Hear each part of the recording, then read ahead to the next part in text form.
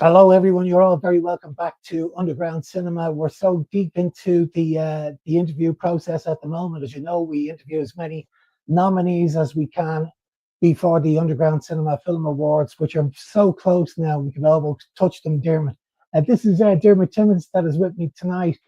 Dermot directed a fantastic film called An Buachaill Nua, which is the Irish for the new boy, and he's also been nominated for a Rising Star Award. You're very welcome, Dermot.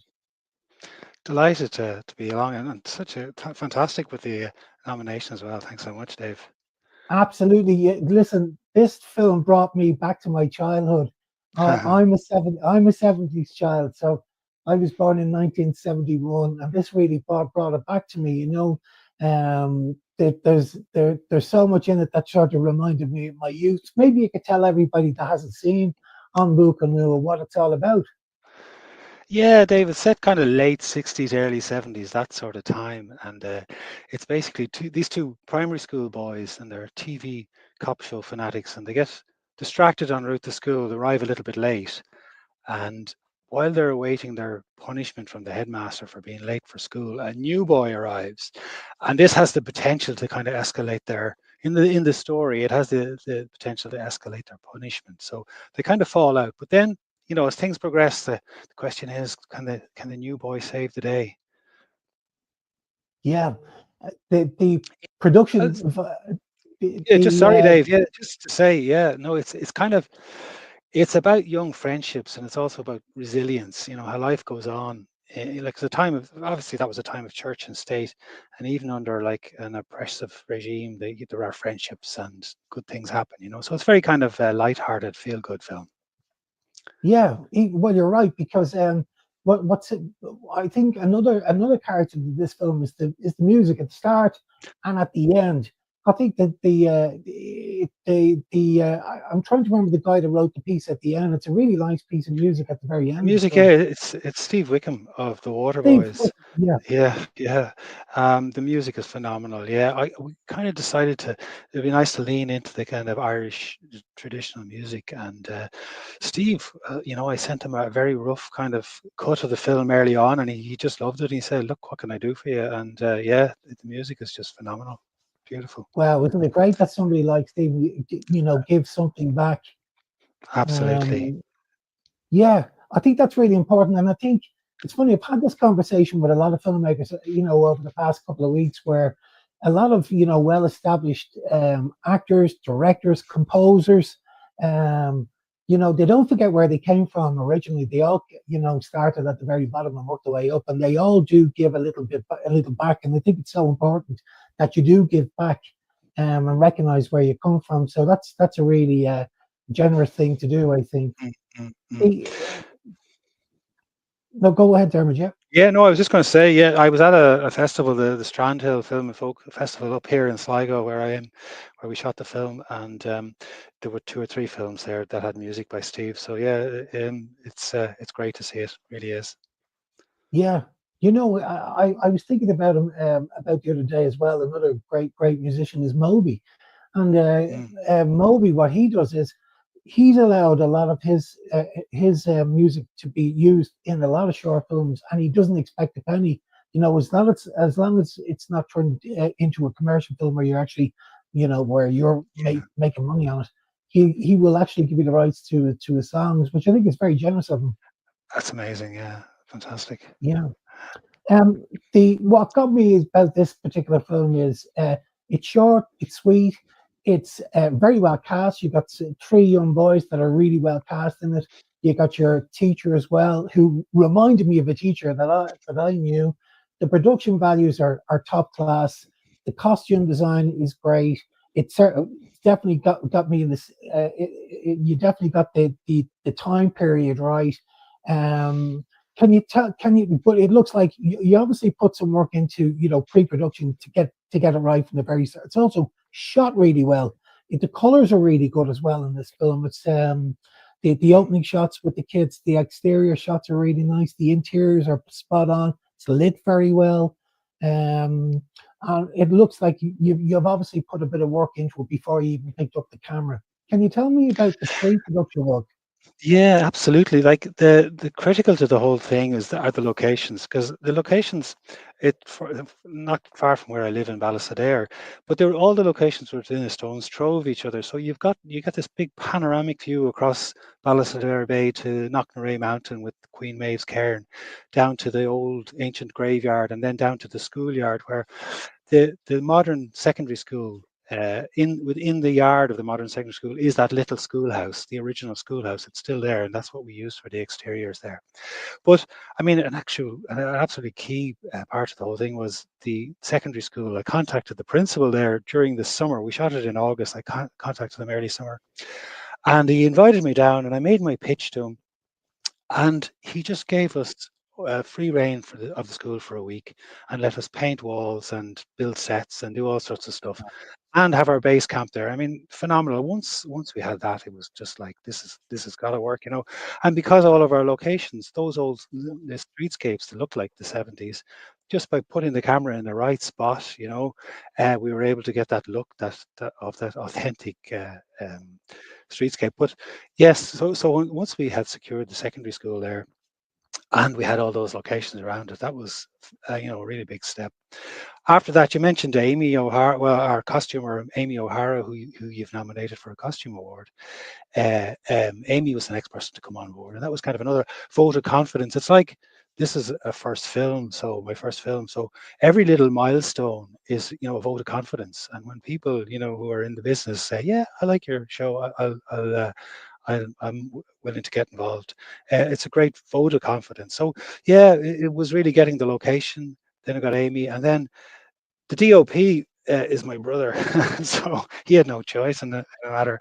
And so he came on board. He's a great photographer, artist, cinematographer. And then Patrick, my nephew, did sound. He's a filmmaker and writer in his own right. So that was kind of handy having the family there as well to Yeah. call on. But yeah, it is down to like there's cars in the film from the 70s, 60s, and 70s. And I approached a gentleman, Tommy Taff, who sadly is not with us anymore. He died earlier in the year. But Tommy, I told him what I was doing, and he just said, "Oh yeah, what cars would you like? How many would you like? Where would you like them? When would you like them?"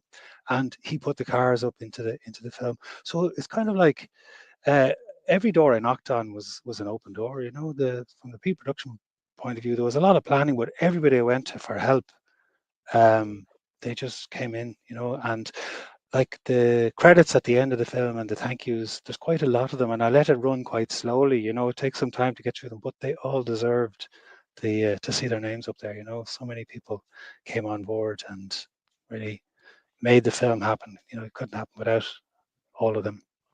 Yeah, it's like a big community of really great people, working around you. Surround yourself with great people, and the end result is going to be super. And that's what's happened here.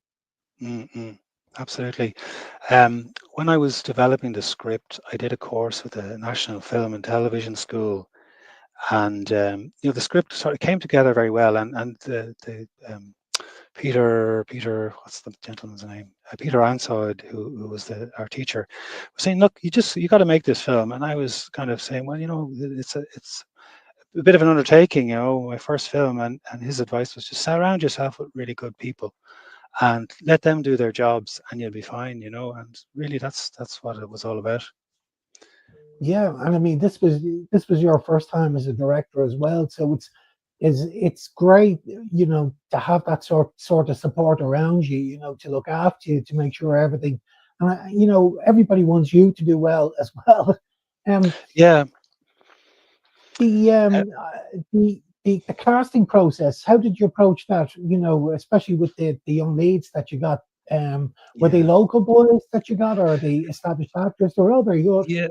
Yeah, they were fantastic. Yeah, I approached the Sligo Youth Theatre, and they were all on for it. Ozer, the creative director there, he just put a call out, and he set up their studios for a Saturday morning, and a group of kids came along, and they were fantastic. We did some workshopping. I had some sides, and they did a bit of reading. Everybody read all the different characters, and I had more than like there were so many really good actors there. I had a difficult job in picking them, but I was able to pick a fabulous cast. Um, and Diarmuid de who's the school teacher, I watched a lot of stuff on a lot of Irish movies online, and I kind of spotted him in there and reached out to Diarmuid, and thankfully he said yeah, and he was delighted with the script. He thought it was, really wanted to do it, so that was really good.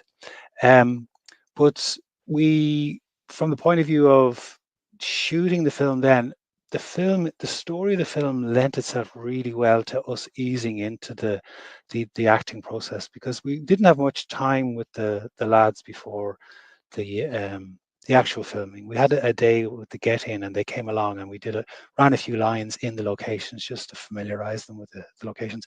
But the film itself, like the first day, was spent with the lads running around. Go back down there and run back up again, and run past the camera, and pick the grass, and making the grass trumpets and all those kind of things, and I look down there and see if he's coming.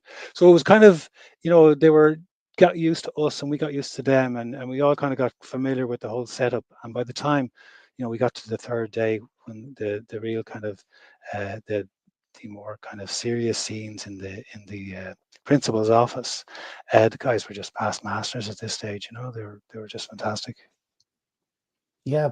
Did you did you bring any light experiences to this short film? I can tell you now, when I watched it, I got flashbacks because It- Yeah, no, it's funny actually. Do you know when I went down to meet the principal of the school down the road, Michael Horkin, the Shay and the caretaker was there, and he brought me in, and he said, "Now, Michael, he's the principal. That's his office. So he's in his office over there. You wait there." And I was standing outside the principal's office, and he was on the phone, which, funny enough, is a scene from the actual film. But I felt it. I felt the kind of nearly started to recite me two times tables.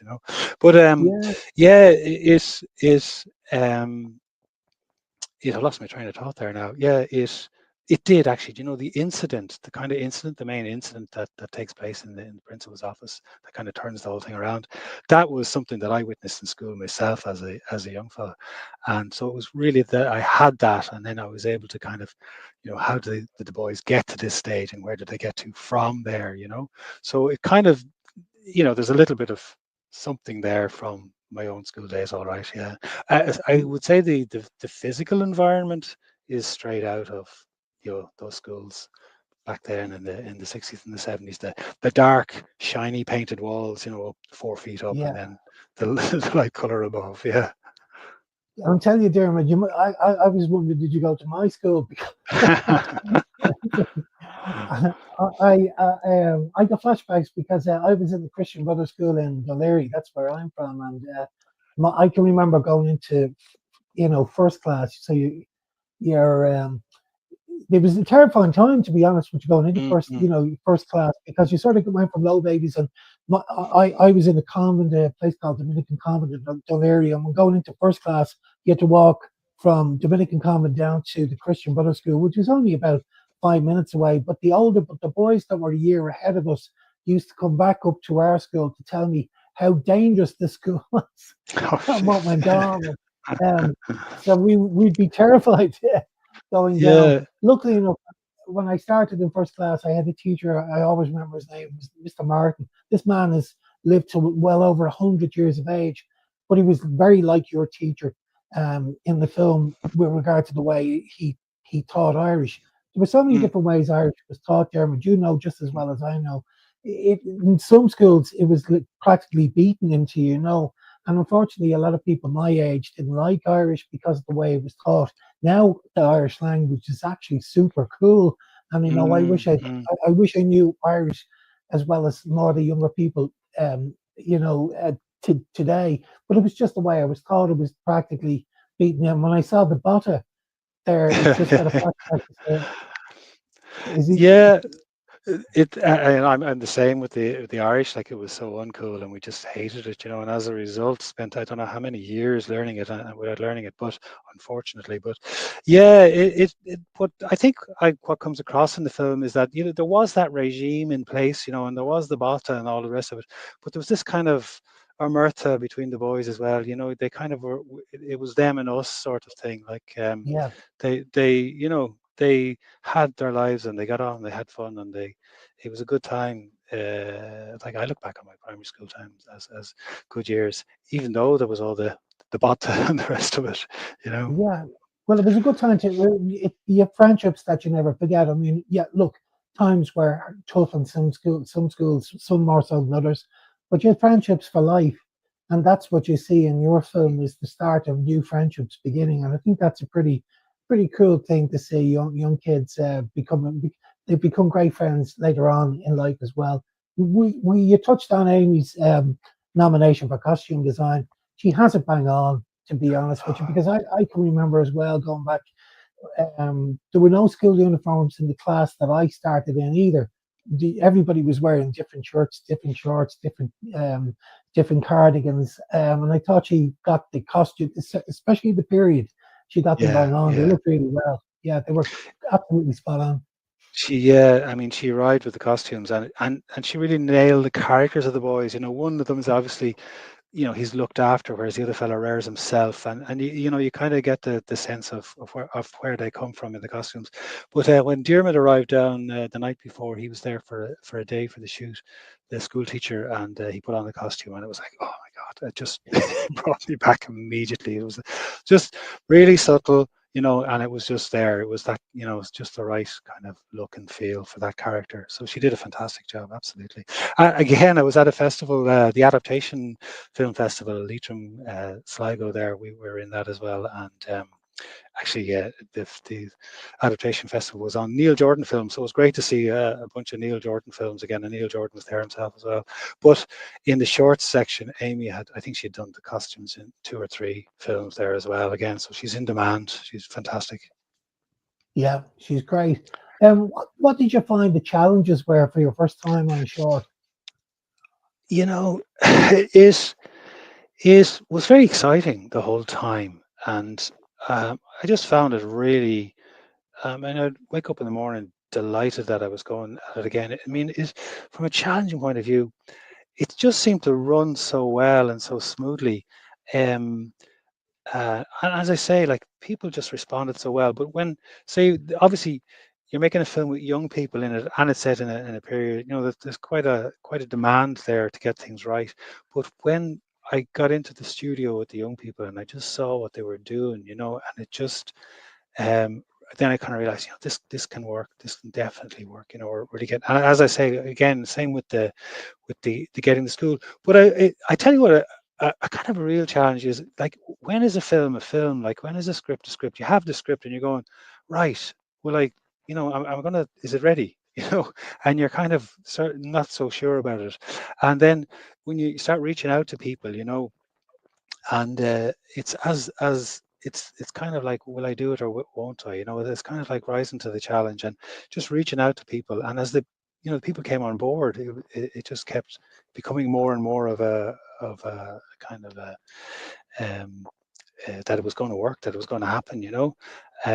So um, gosh, it was all from the off, I suppose, because of the young people as well. There was such a good feel good factor about the whole thing as well. People, came to the set ready and excited and very conscious of the fact that we have to look after these guys really well. We had 3 fantastic chaperones, and you have to work within all the rules and regulations and timing and all of that sort of stuff. And the boys are only allowed to work so many hours, etc.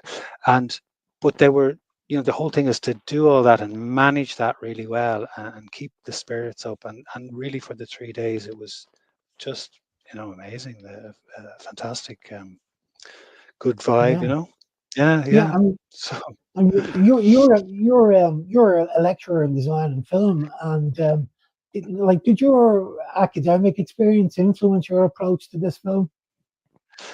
yeah, it didn't hurt, I suppose. Yeah, like having that experience, and even when I was myself, when I went to college, one summer I got a job as a trainee in the art department on a film that was being shot in the west of Ireland. I can't remember what the film was called, but as a trainee, I got to stand close to the set the whole time because my job was if anything breaks or falls over, you fix it or call us, you know.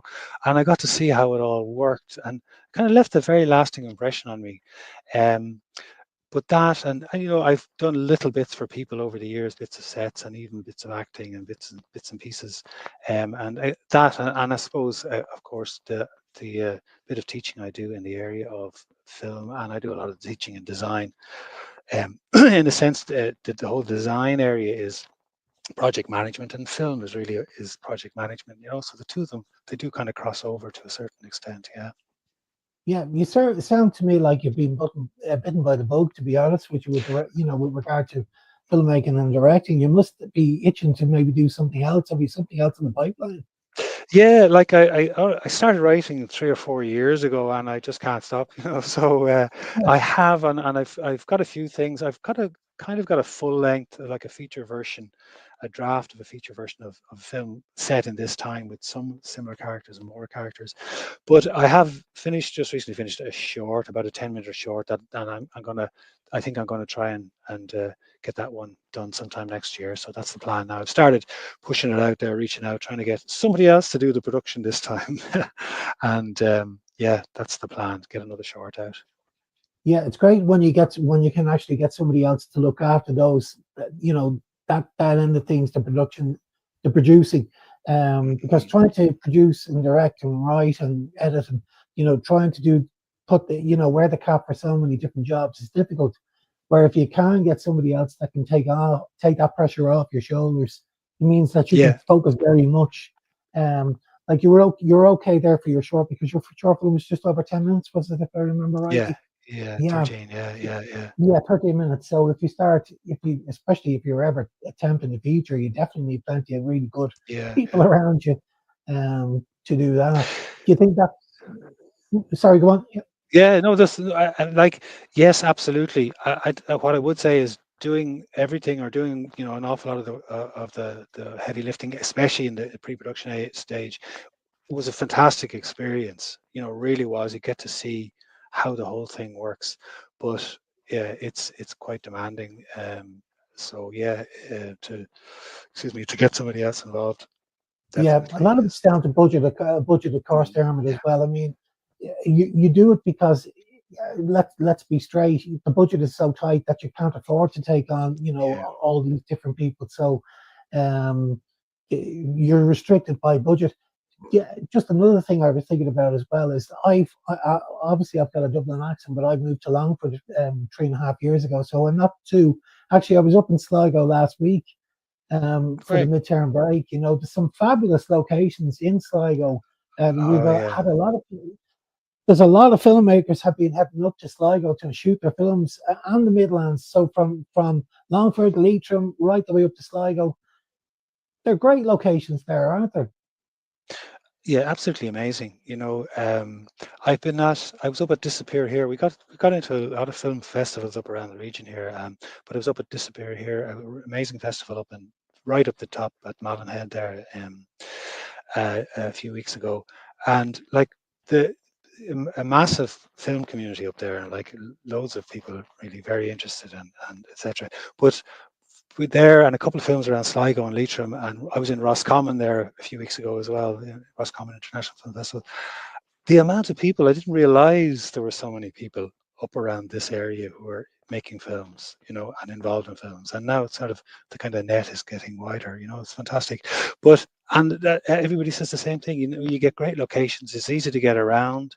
You got great people up here. There's plenty of talent. Yeah, it's a great spot for making films.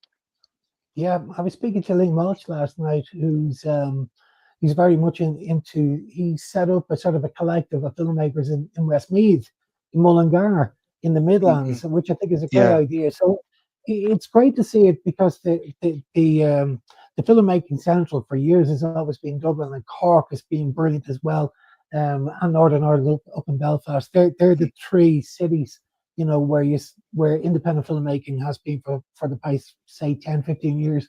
But it's now great to see it sort of branching out to the Midlands and to the northwest and to the west of Ireland as well. It's fantastic. Um, and if you look at some of the films that have done very well in Galway, this year during the festival. A lot of those films were all shot around Sligo, Leitrim, Roscommon, Longford locations. It's great, great news. That's right. Yeah, I've seen quite a few of them. Yeah, it's amazing. It's great. Really good. Brilliant. Well, look, I'm delighted to been able to have a chat with you. It was great to see you in Dunleary at the festival in September. I do be running around like headless chicken, so it's hard to get to chat to everybody. And that's why I love the interviews. You know, they're sort of one on one, and I get a really good chance to chat to everybody. I thoroughly enjoyed the film. I thought it was a nice piece of filmmaking. The Toucher cast was great. The crew, you could see that crew had worked really well with you. It's shot really nice. I have turned the room I'm in here at the moment. When I moved up to Longford, this room was just an empty room, and I'm very hands on, so I've been working on this house. This house was built in 1973, and I told my Karen, I said, look, I'll work on all the rooms in the house. I'll build you whatever you want, but this room is going to be turned into a cinema. And this is where I watch everything. I have a big screen here, 5.1 sound. So I sit back in here and watch the films that you guys submit in here on the big screen. And your film looks superb on a big screen. Have you had a chance, apart from our festival in O'Leary, how's it been Yeah, going yeah. so far? It's been really amazing. The first festival I got into was the Toronto Irish Film Festival.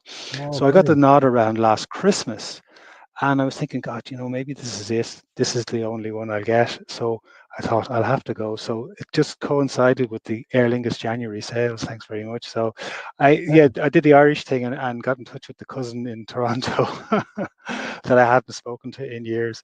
But I went over and we saw it in the TIFF Lightbox. It's where they have the Toronto International Film Festival on the biggest screen. I mean, it was amazing. And like all the filmmakers are going, have you seen the size of the screen?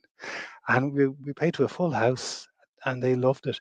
It was a lot of Canadians and North Americans and coming along afterwards going, that was my story too, which was amazing, that they could relate to it. So, excuse me, at an international level. So it went down fantastically there.